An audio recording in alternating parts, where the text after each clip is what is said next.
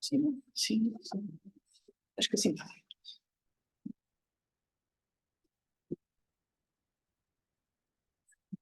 Boa tarde. Conseguem me ouvir bem? Vamos então dar início à segunda palestra da 10ª edição das palestras de História da Arte. É uma palestra que é híbrida, é presencial e também via Zoom. Ainda há pouco estavam 27 pessoas ligadas, estão quase o mesmo número que estão aqui.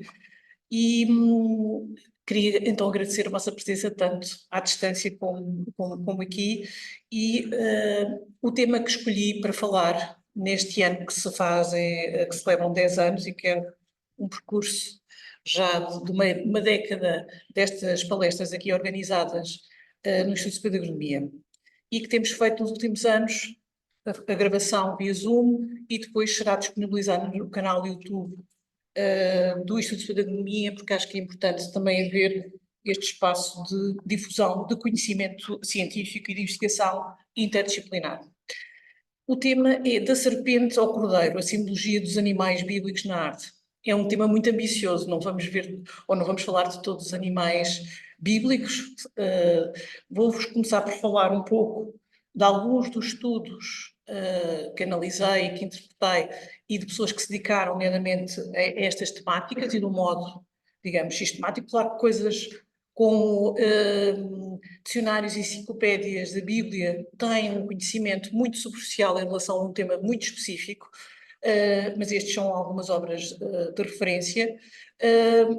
Claro que há obras que são basilares em termos da história da arte e que falam da iconografia cristã, onde também são referidos, de um modo breve, a importância dos animais, nomeadamente livros que já a meio do século passado, ou como o do Signs and Symbols of Interest in Art, de George Ferguson, que ainda hoje continua a ser uma referência, e também de Gertrude Gracil Steele, Handbook of Symbols in Christian Art. Mas estes não são estudos exaustivos, são muito breves, ou seja, só para a pessoa ter uma ideia da simbologia desses animais e também de plantas e de outras temáticas.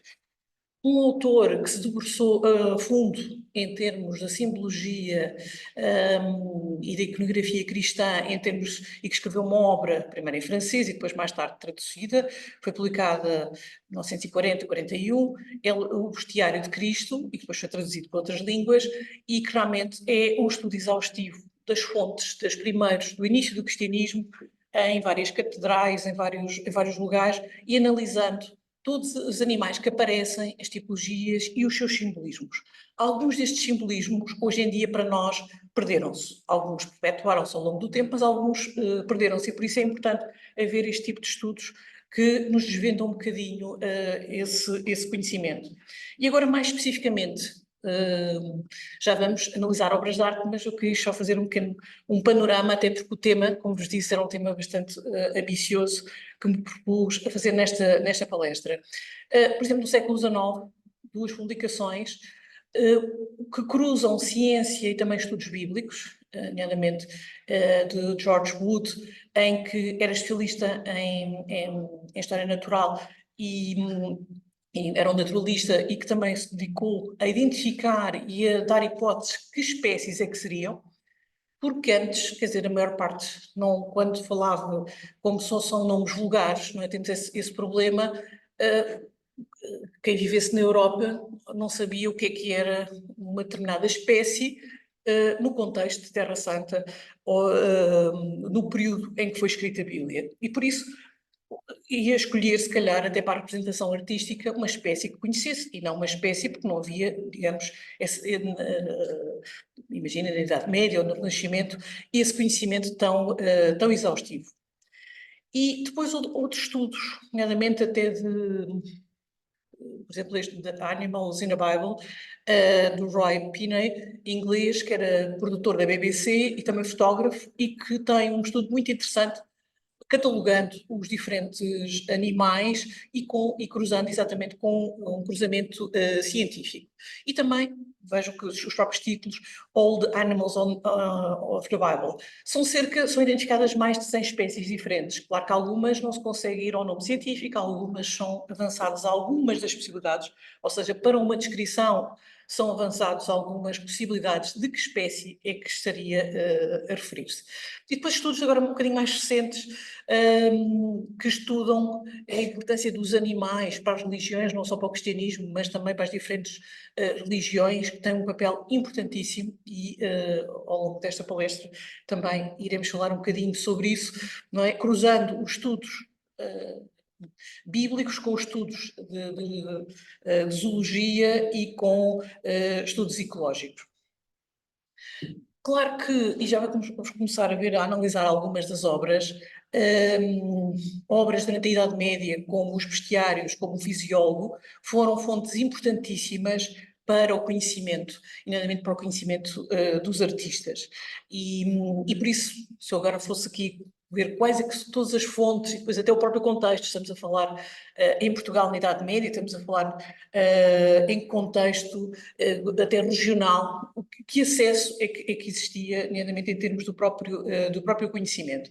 Mas trouxe-vos aqui só dois, que são duas obras que foram bastante importantes em termos europeus, do Fisiólogo, e também o Livro das Aves, da Idade Média também, mas do século XII, e que tem também, contribui muito para o simbolismo que os próprios artistas conheciam e também para a própria, cruzando as descrições, nomeadamente, da Bíblia.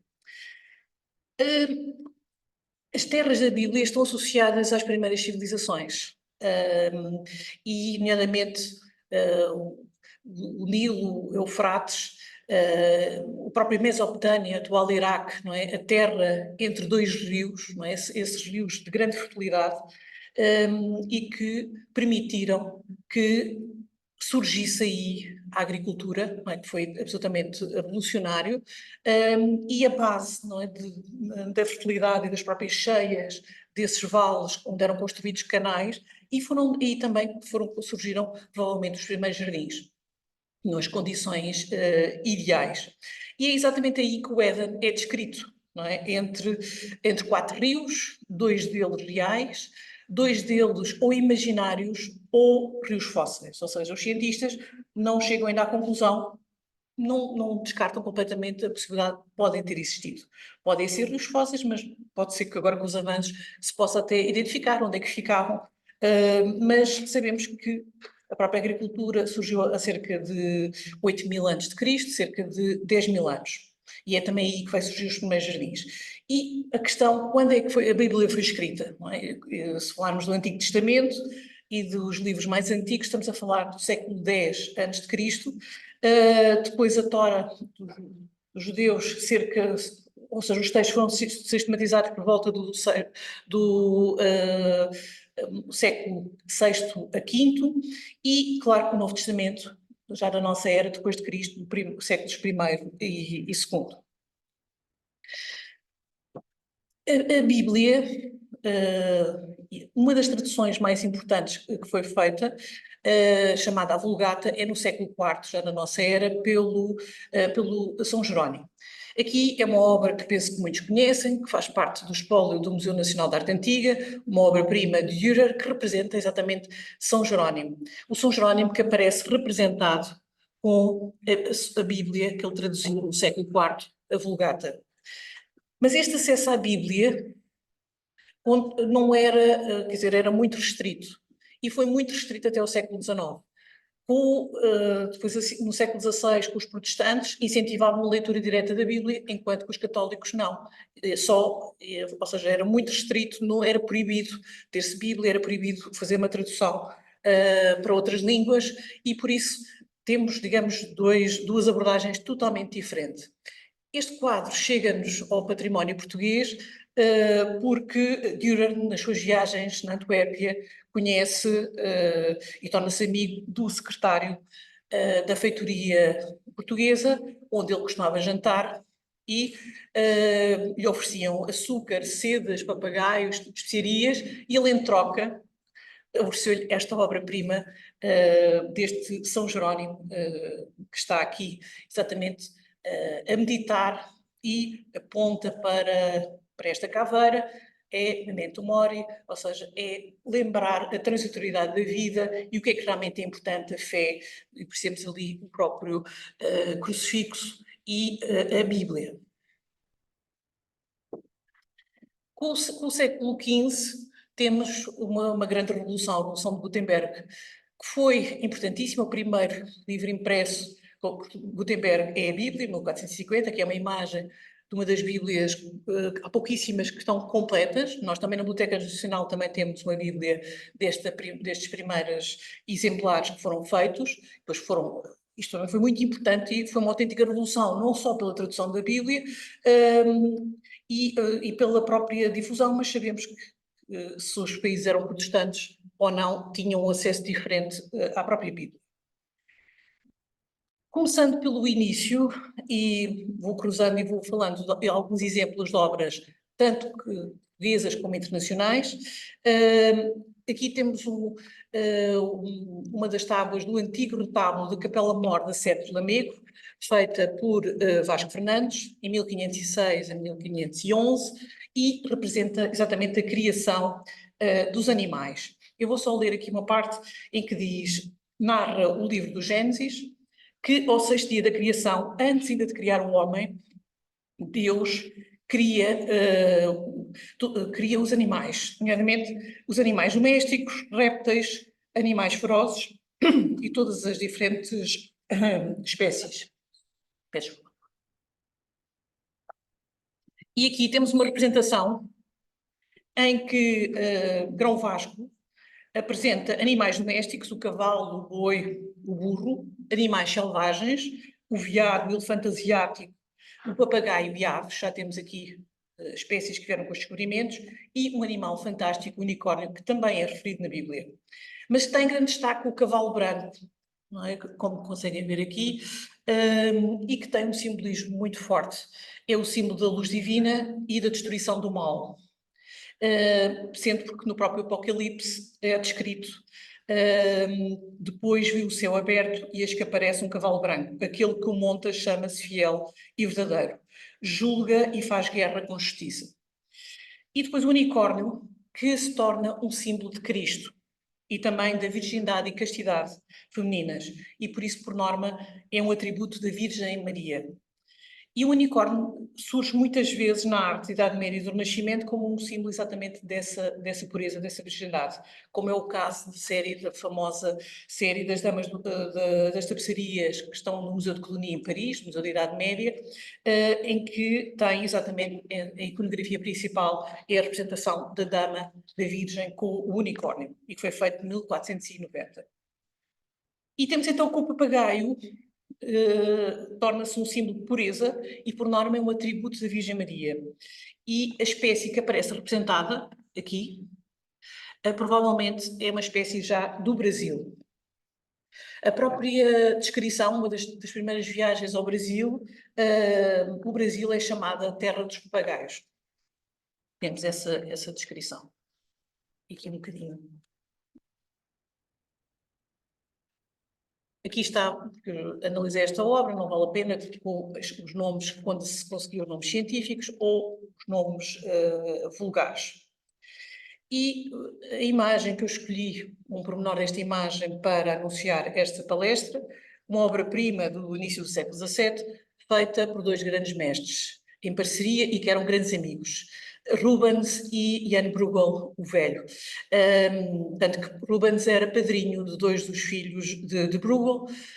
Este quadro foi iniciado por Rubens, tanto que as figuras de Adão e Eva e do cavalo claramente mostram a maneira como Rubens pintava e são muito características, e todos os elementos de natureza dos animais e das plantas foram todos pintados por Bruegel. E representa o Jardim do Éden e o episódio da expulsão, da queda do homem. Temos aqui a representação da árvore do bem e do mal, da árvore do conhecimento do bem e do mal, aquela a que Deus disse a Adão e Eva que não poderiam comer os frutos, e temos a serpente que está exatamente a dar esse fruto. Só muito sinteticamente, se analisarmos, temos aqui a arara vermelha e a arara azul e amarela do Brasil, que estão pintadas com um grande rigor. Jan Bruegel estudou animais ao vivo e estudou também inventários e ilustração científica, e por isso as suas representações são extremamente fiéis, mas também revelam, para além da qualidade do desenho, um conhecimento muito aprofundado do simbolismo destas espécies, tanto das plantas como dos animais. E temos então aqui as uvas, como uma antítese ao pecado, e estão aqui também 3 pintacilos que eu já irei mostrar. E aparece também aqui a coruja do conhecimento, o fazão que está no centro da composição, porque isto, se soltarmos aqui atrás, vemos que está aqui quase a meio. Claro que não vou analisar todas as espécies, mas algumas que eu acho que são realmente interessantes. E temos então a macieira que aparece. A própria escolha desta espécie, sabemos, por vários exemplos, que não era consensual, até porque a Bíblia não nos diz qual é que era a espécie, mas já iremos falar sobre isso. Vou só ler muito sinteticamente o que eu escrevi sobre isto, a árvore do conhecimento do bem e do mal, desta questão, em 2009, no livro A Linguagem Simbólica da Natureza. Em relação à árvore do conhecimento do bem e do mal, a Bíblia não nos diz qual é que é a espécie botânica, apesar de vulgarmente se associar a macieira e a maçã como fruto proibido. A origem deste facto prende-se com a palavra latina malum, que tanto significa maçã como mal, e que levou os pais da Igreja a identificarem a árvore de conhecimento como a macieira, Pyrus malum, que é sinónimo de malus silvestris. Apesar disso, nós sabemos que também havia artistas que representavam a figueira, Ficus carica. Porquê? Porque é a primeira espécie, especificamente, que é identificada na Bíblia, não é? Que diz qual é que é a espécie.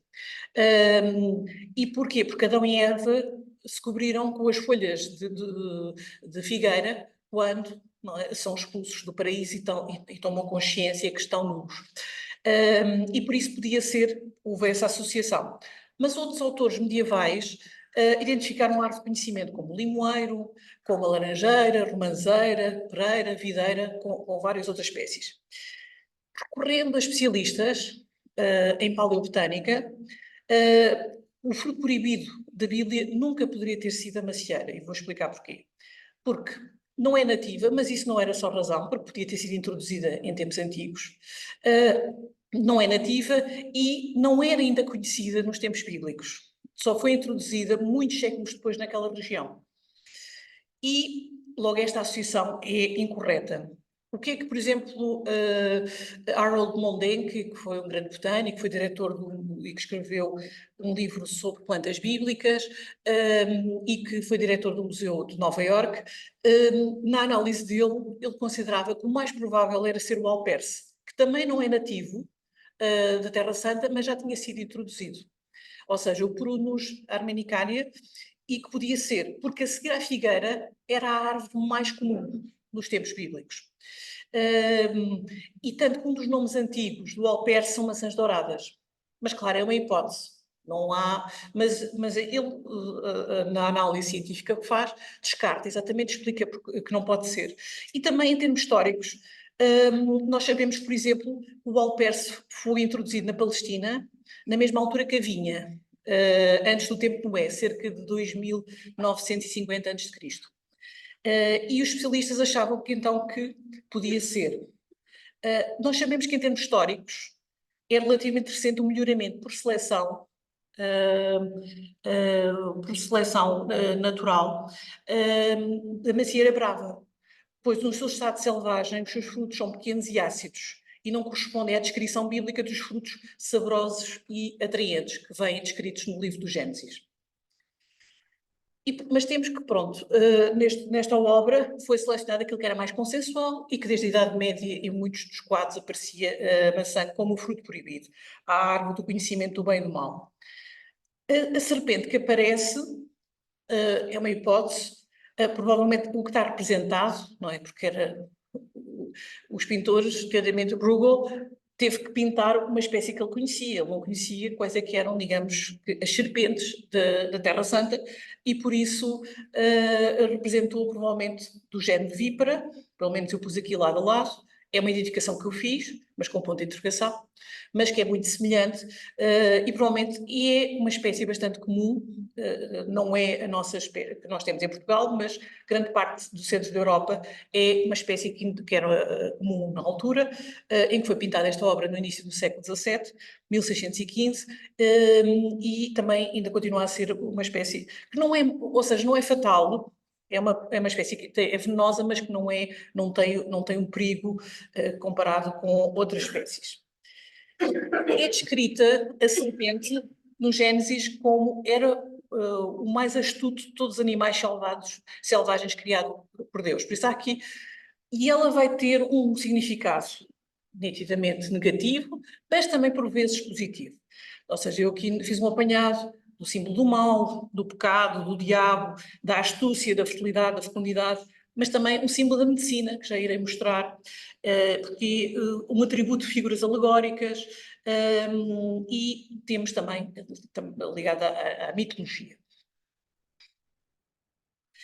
Aqui uma comparação, quando eu estava a dizer que é quase ilustração científica, para poderem comprovar, e é também uma identificação que eu fiz, eu muitas vezes recorro a especialistas, mas é uma palestra exploratória, ainda não, quando for para publicar, irei falar com colegas, com biólogos e com especialistas das várias áreas, mas que é muito semelhante à arara azul, não é? Que é uma espécie do Brasil e da Amazónia, e temos também aqui o pintacilgo, não é? Este é fácil de identificar.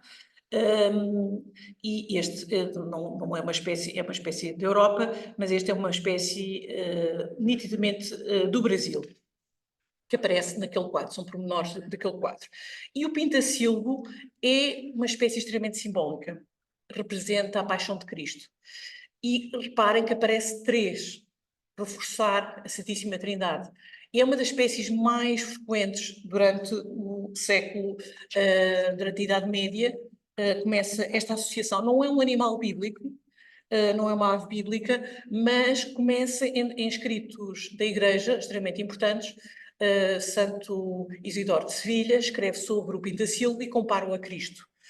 Pela sua inteligência, por ser dócil, por cantar, por se alimentar de cardos, começa esse... E os artistas sabiam, ou seja, eles quando estão a pintar isto, eles não é por acaso, escolhem aquela espécie porque sabem exatamente o seu simbolismo, e o seu simbolismo era extremamente forte.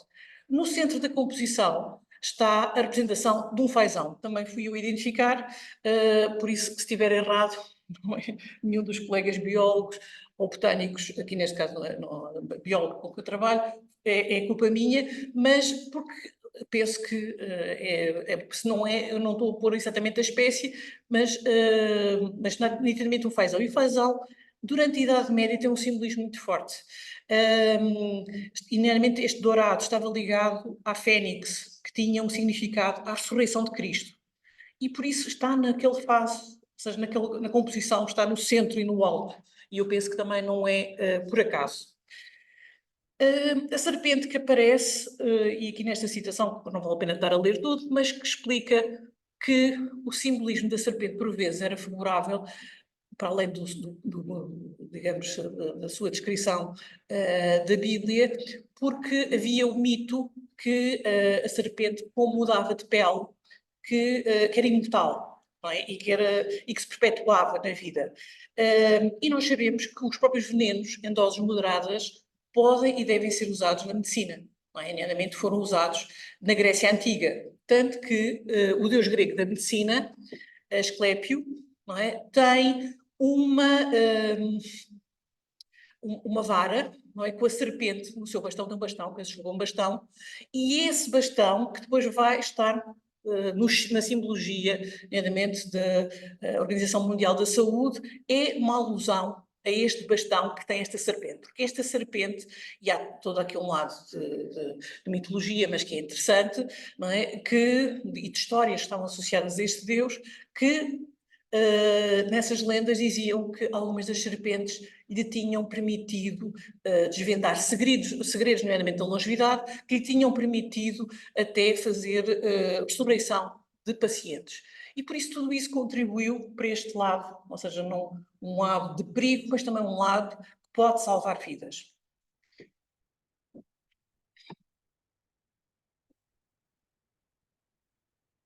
Há um estudo que está em Viena, de Jan Bruegel, com vários pormenores dos animais, alguns desses animais que estão representados naquele quadro.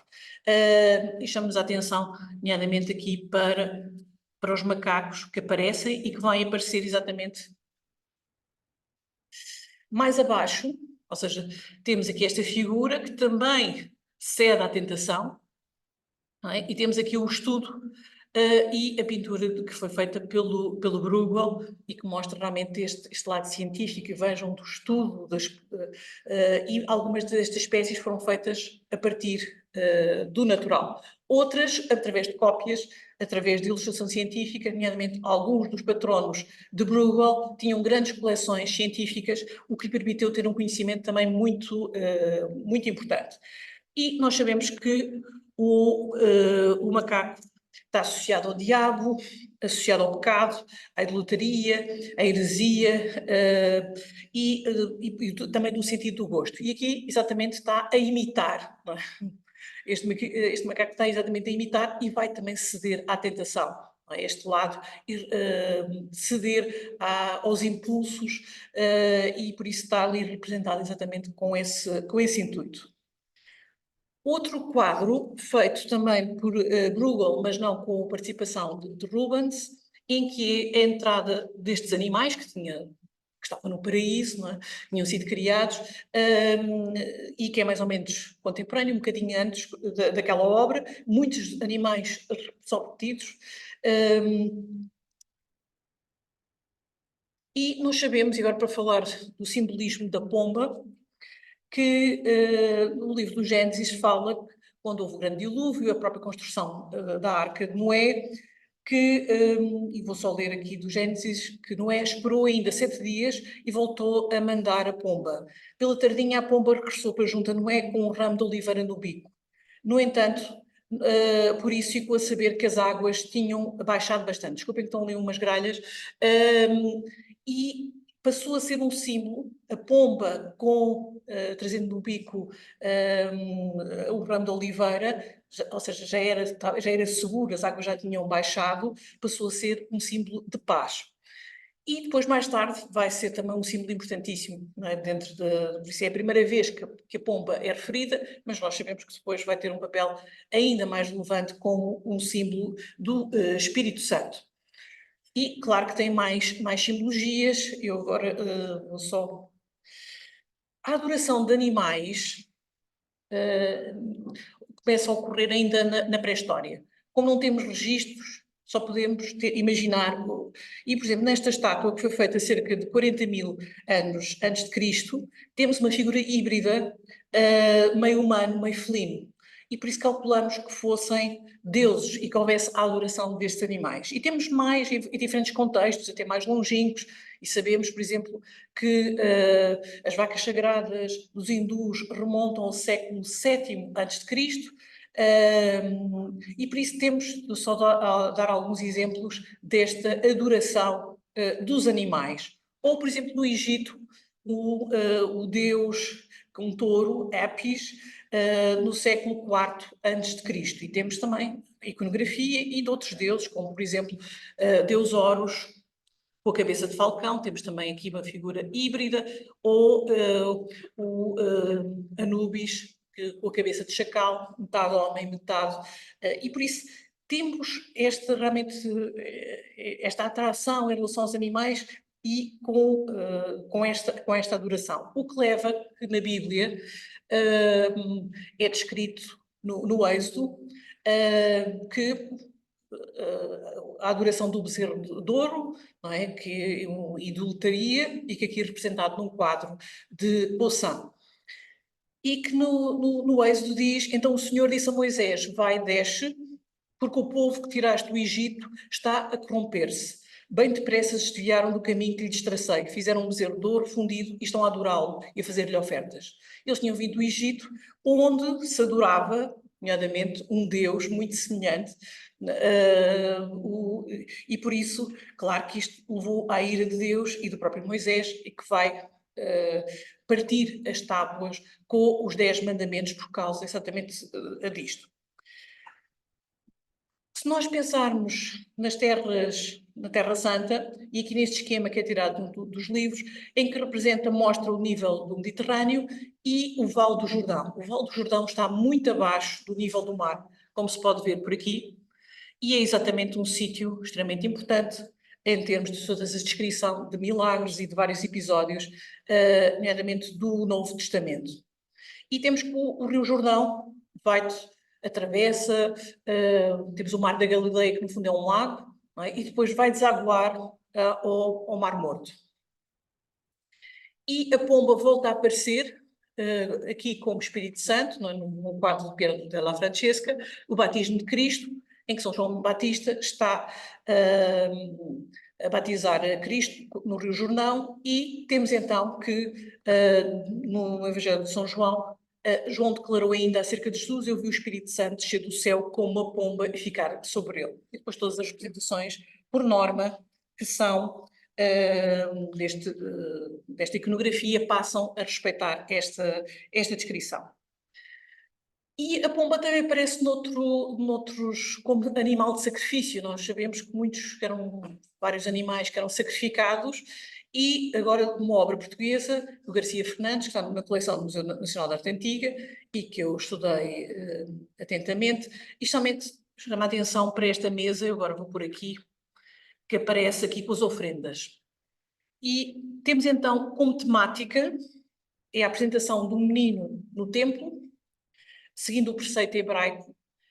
40 dias após o nascimento, a mãe deveria apresentar o seu filho ao Senhor no templo e sujeitar-se a um ritual de purificação. José e Maria, que aparecem aqui, oferecem em sacrifício, como diz a lei do Senhor, segundo o Evangelho de São Lucas, um par de rolas ou duas pombinhas, e neste caso são duas pombas que aparecem aqui representadas. Vou só aqui passar um bocadinho à frente, só para conseguirem ver. Desculpa. Ai, peço desculpa que eu agora fiz aqui. Queria fazer o laser e peço desculpa.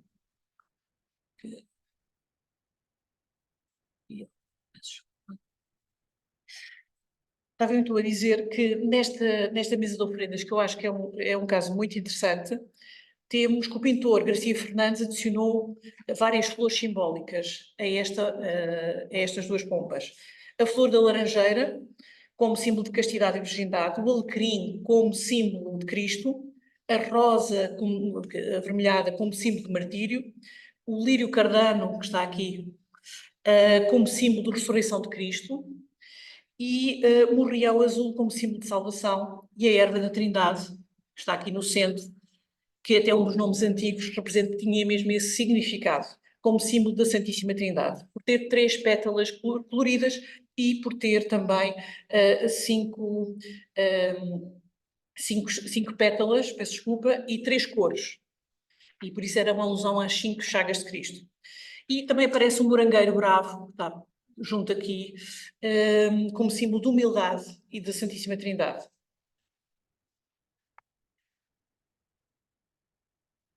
E só ver se consegui tirar aqui. Deixa-me só. Queria tirar aqui esta imagem que não... Peço desculpa.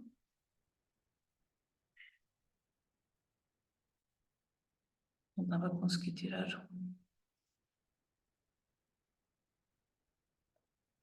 Deixa-me só.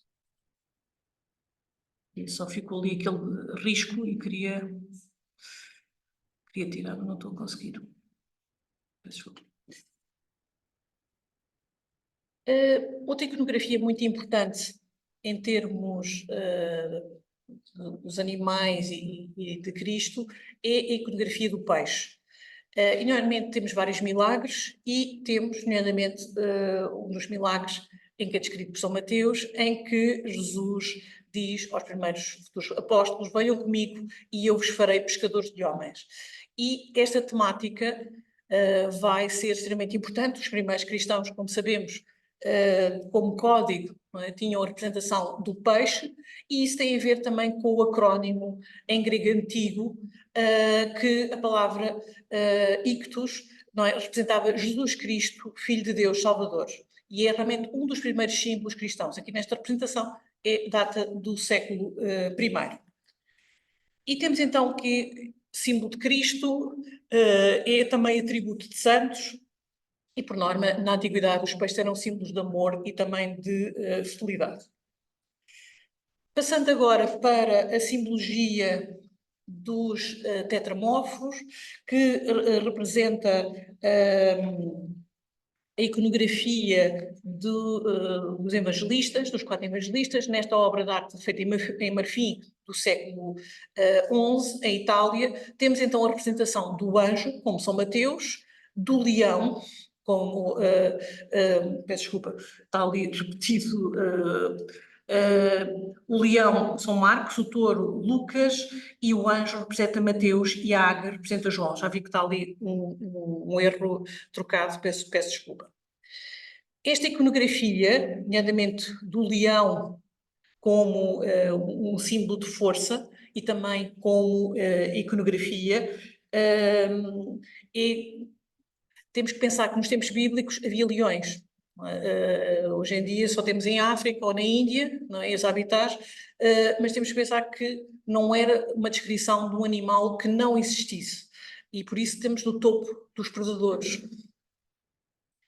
A águia, não é? Que representa, que por vezes também pode, para além do evangelista, também pode ser a representação de Cristo, e temos essa iconografia na arte, e o touro, que muitas vezes é utilizado como um animal de sacrifício e que pode ter também uma simbologia tal e qual como o cordeiro, aquele que vai sofrer e que vai ser morto para redimir os pecados. Numa representação da leitura nova, atribuída a António Fernandes, por volta de 1532, temos a representação dos tetramorfos.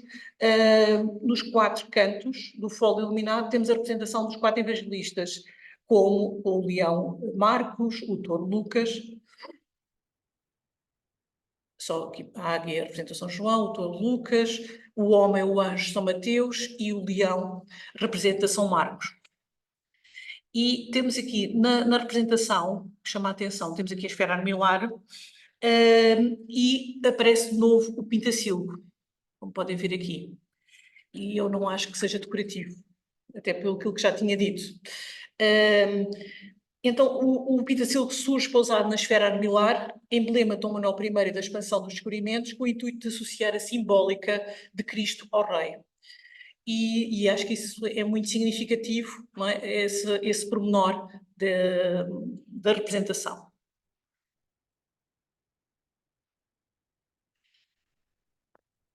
Nesta obra, que é uma das primeiras obras verdadeiramente maneiristas portuguesas, de Diogo de Contreiras, de cerca de 1554, e que faz parte do espólio do Museu Nacional de Arte Antiga, mas que foi feito para o Mosteiro de São Bento de Castries, em Évora. E é realmente um quadro notável em que mostra o São João Batista a pregar às multidões, e é uma figura muito importante porque faz a ligação entre o Antigo e o Novo Testamento. Nomeadamente, é o último profeta da Antiga Lei e o primeiro mártir do cristianismo. E é considerado precursor de Cristo. E isso é extremamente importante, e por isso temos aqui o santo com o seu atributo do Cordeiro, porque foi ele que reconheceu Jesus como Messias, o Cordeiro de Deus. E por isso temos aqui exatamente essa... ao fundo aparece o Rio Jordão, como Diogo Contreiras a imaginou o Jordão, o Vale do Jordão, mas com uma paisagem que nos transcende e que eu acho que tem toda uma atmosfera de paisagem fantástica, exatamente devido a ser um sítio extremamente relevante em termos da própria Bíblia e da fé. E no primeiro plano temos as pedras, não é, que estão em grande destaque, que são símbolos de Deus e de Cristo e da Igreja. Porque, voltando também à Bíblia, temos em São Mateus que diz que Jesus disse a Pedro: tu és Pedro, e sobre esta pedra edificarei a minha igreja, e as portas do inferno nada poderão contra ela. E por isso estas pedras são extremamente simbólicas na representação que têm. O cordeiro. O cordeiro é provavelmente o animal bíblico mais importante. Surge em mais de 90 versículos da Bíblia, e temos vários sacrifícios. E Abel, o segundo filho de Adão e Eva, era pastor. E ofereceu primogénitos do seu rebanho a Deus como sacrifício. O rei Salomão, por exemplo, mandou imolar 120 mil ovelhas como sacrifício oferecidos a Deus na consagração do templo. Isto aparece também descrito na Bíblia. E por isso temos uma simbologia de Cristo, da sua paixão, da inocência, da própria paciência. Das representações mais antigas que temos de Cristo, é Cristo, o bom pastor. Em catacumbas romanas do século II, são algumas das representações mais antigas de Cristo que aparecem com esta temática, que é uma temática muito forte. Outro exemplo, já do século III da nossa era, em Roma, e um mosaico do século V, também Jesus como o bom pastor. E tenho aqui só uma síntese, ou seja, símbolo de Cristo e da sua paixão, o atributo de figuras mitológicas e São João Batista, como vimos também, aparece representado como o Cordeiro. E sabemos exatamente que o Cordeiro de Deus em latim, Cordeiro diz Agnus, Agnus Dei, Cordeiro do Senhor. Uma das obras-primas do século XV, início do século XV, é o famoso retábulo de Gand, de Hubert de Jan van Eyck, a adoração do Cordeiro Místico. E neste retábulo, e agora que foi recentemente restaurado, e que trouxe algumas novidades, só em termos não só de animais, de plantas, foram identificadas neste retábulo mais de 70 espécies, que eram cultivadas e que se conheciam no século XV, não imaginárias e extremamente simbólicas. Agora, numa publicação recente, que quando estive lá adquiri, já conhecia estudos mais antigos, já do meio do século XX, mas este é um estudo bastante recente e que comprova também o conhecimento e também o conhecimento não só das espécies, mas também em termos científicos, mas também do seu simbolismo, do seu profundo simbolismo. E temos, claro, que o Espírito Santo no meio, e o historiador de arte, Kenneth Clark, na sua obra Landscape into Art, disse que considera que esta é a primeira grande paisagem moderna e é um verdadeiro ponto máximo da paisagem de símbolos. Claro que é extremamente simbólica, apesar deste realismo todo, e de representar até ao fundo catedrais e lugares reais e retratos, é essencialmente uma paisagem simbólica, onde temos como centro o sacrifício do Cordeiro Místico. Antes do restauro e depois do restauro, agora uma novidade, e há este site que eu aconselho que se chama Closer to Van Eyck, e que permite ver em grande pormenor, conseguimos ver que depois do restauro surpreendeu os conservadores restauradores e os historiadores de arte que o Cordeiro tem uns olhos humanos, não é? E que antes do restauro não se conseguia ver isso. E claro que é intencional. É intencional porque é uma transfiguração de Cristo, não é? E nós sabemos que até a posição dos olhos, não é? As ovelhas e os cordeiros têm os olhos laterais, que são uma presa, que podem ser atacados, não têm os olhos frontais, os predadores têm os olhos para a frente. E por isso, mas este não é, é porque fazer com certeza que terá sido intencional, para fazer, reforçar este simbolismo, é Cristo que ali está a sacrificar-se para a remissão de todos os pecados e salvar a humanidade. Na obra portuguesa, e temos o famoso Agnus Dei, o Cordeiro Pascal de José Sadóbitos, de cerca de 1670, e que faz parte da coleção do Museu Nacional Frei Manuel do Cenáculo de Évora, e que é uma das obras-primas do barroco português, e que voltamos a ter aqui o Agnus Dei em grande destaque, que está amarrado, exatamente vai ser sacrificado. Não tenho tempo, identifiquei já há alguns anos e foi publicado todas as espécies, mas todas as espécies que estão lá são altamente simbólicas e reforçam todo o simbolismo. Temos também uma inscrição do livro do Apocalipse que diz que e será adorada por todos os habitantes da Terra, cujos nomes não estão escritos desde a origem do mundo no livro da vida do Cordeiro que foi imolado.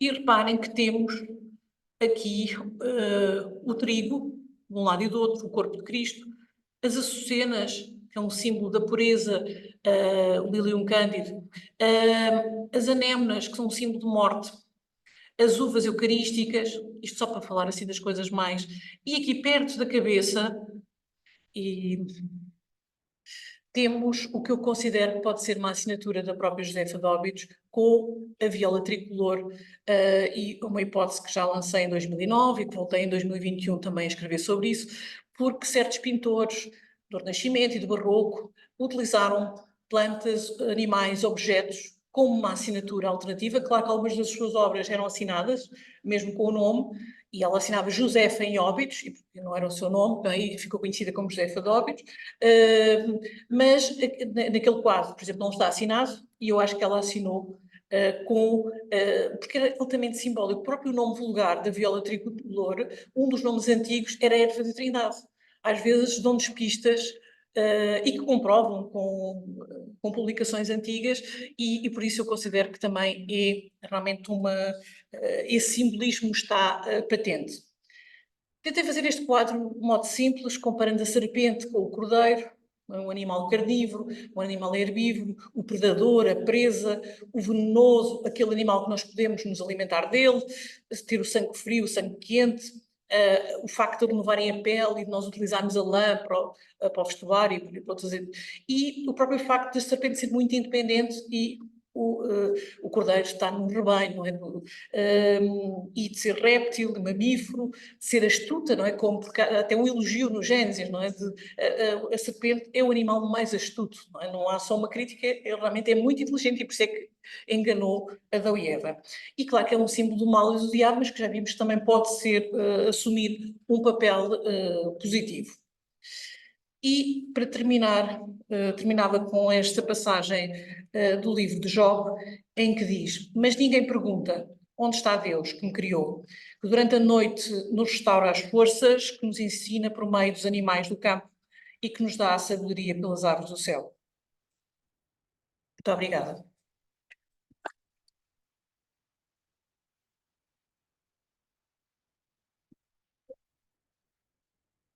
Se alguém quiser fazer perguntas,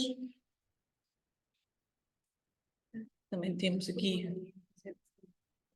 Conhece a tapeçaria da vida de Virgem Maria que está na Catedral de Borda, da Borgonha? Em que a parte de baixo é toda simbólica. Sim. Vejo bem que dava para... É assim, há estudos, por exemplo, há uma especialista espanhola, Pilar Busquets de la Câmara, que estudou só as tapeçarias dos séculos XV, XVI, XVII, com a identificação das espécies todas. Muitas das espécies são as mesmas que aparecem na pintura. Eu podia dar aqui muitos exemplos, não é? É sempre uma seleção, mas o que se sabe é que, e está provado, o que achava-se que era meramente, ou que não tinha muito simbolismo e que era decorativo, as plantas e os animais estão lá porque são símbolos, claro que também estão lá porque são reflexos de Deus e pela sua beleza, mas essencialmente depende do contexto, mas muitas vezes têm um papel simbólico fortíssimo. E penso que, através de vários estudos que têm sido feitos, tem-se comprovado isso, não é? Porque durante muitos anos ignorou-se, e acho que não se deve ignorar. Salto também os participantes que estão online, que são 34, que se calhar duplicam as pessoas que estão aqui, por isso, e depois este vídeo irá para o canal do YouTube do ISA, não é? Desta palestra, tal e qual como foram as outras. Não sei se há mais perguntas.